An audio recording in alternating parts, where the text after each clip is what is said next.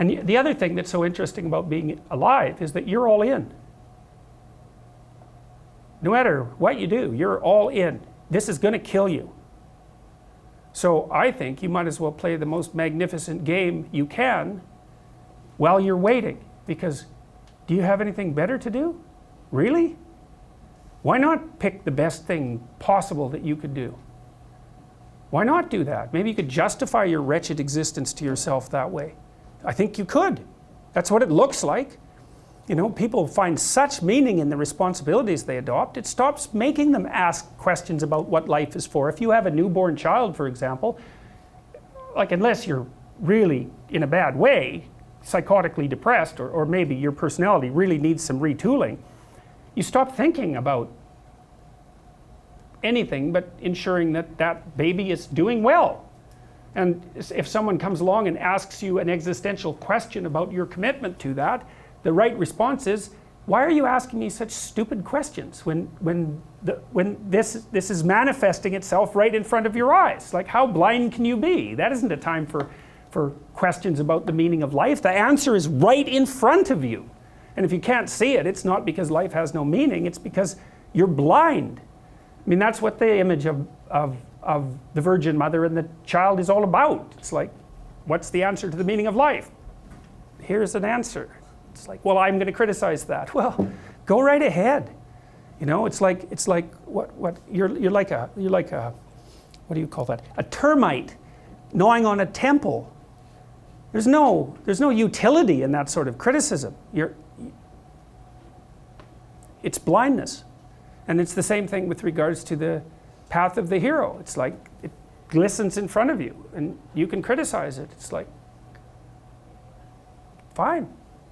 Put the cart before the horse and see how far you get. So I thought, to bring full closure to the class, I was trying to solve this terrible puzzle that confronted me and many other people about how it was that human beings got themselves in such a tangle about what they believed. Such a tangle that we were pointing the ultimate weapons of destruction at one another, which, by the way, we are still doing.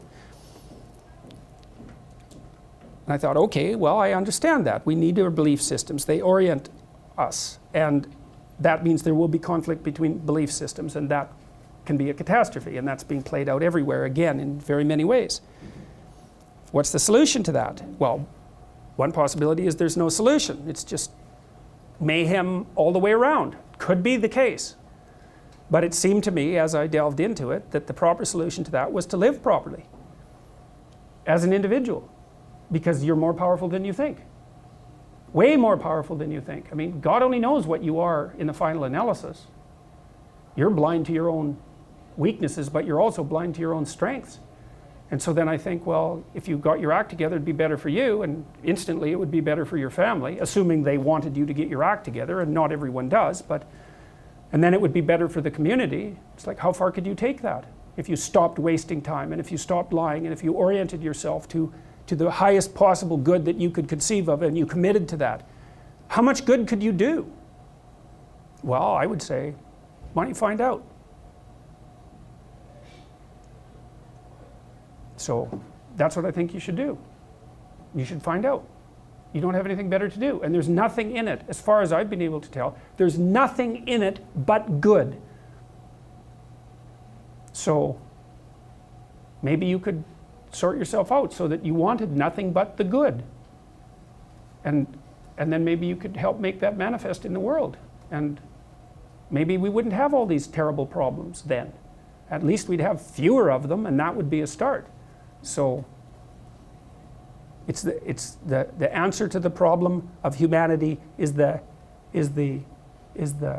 integrity of the individual. That's the answer.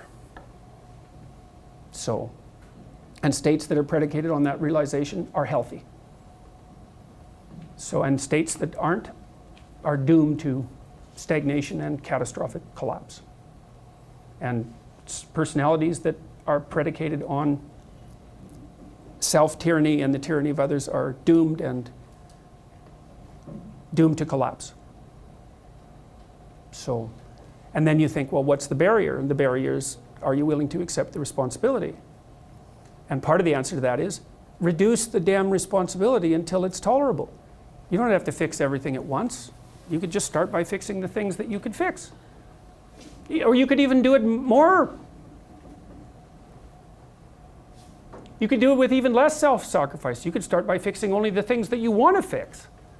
God, you can get a massive way that way. So do it. See what happens. That's what you should have been taught in university right from the beginning. It's like, aim at the highest good. Tool yourself into something that can attain it. And go out there and manifest it in the world. And everything that comes your way will be a blessing. And so all you have to do is give up your resentment and your hatred. I know that's a hard thing to give up because you have plenty of reason for it. That's probably a good place to stop.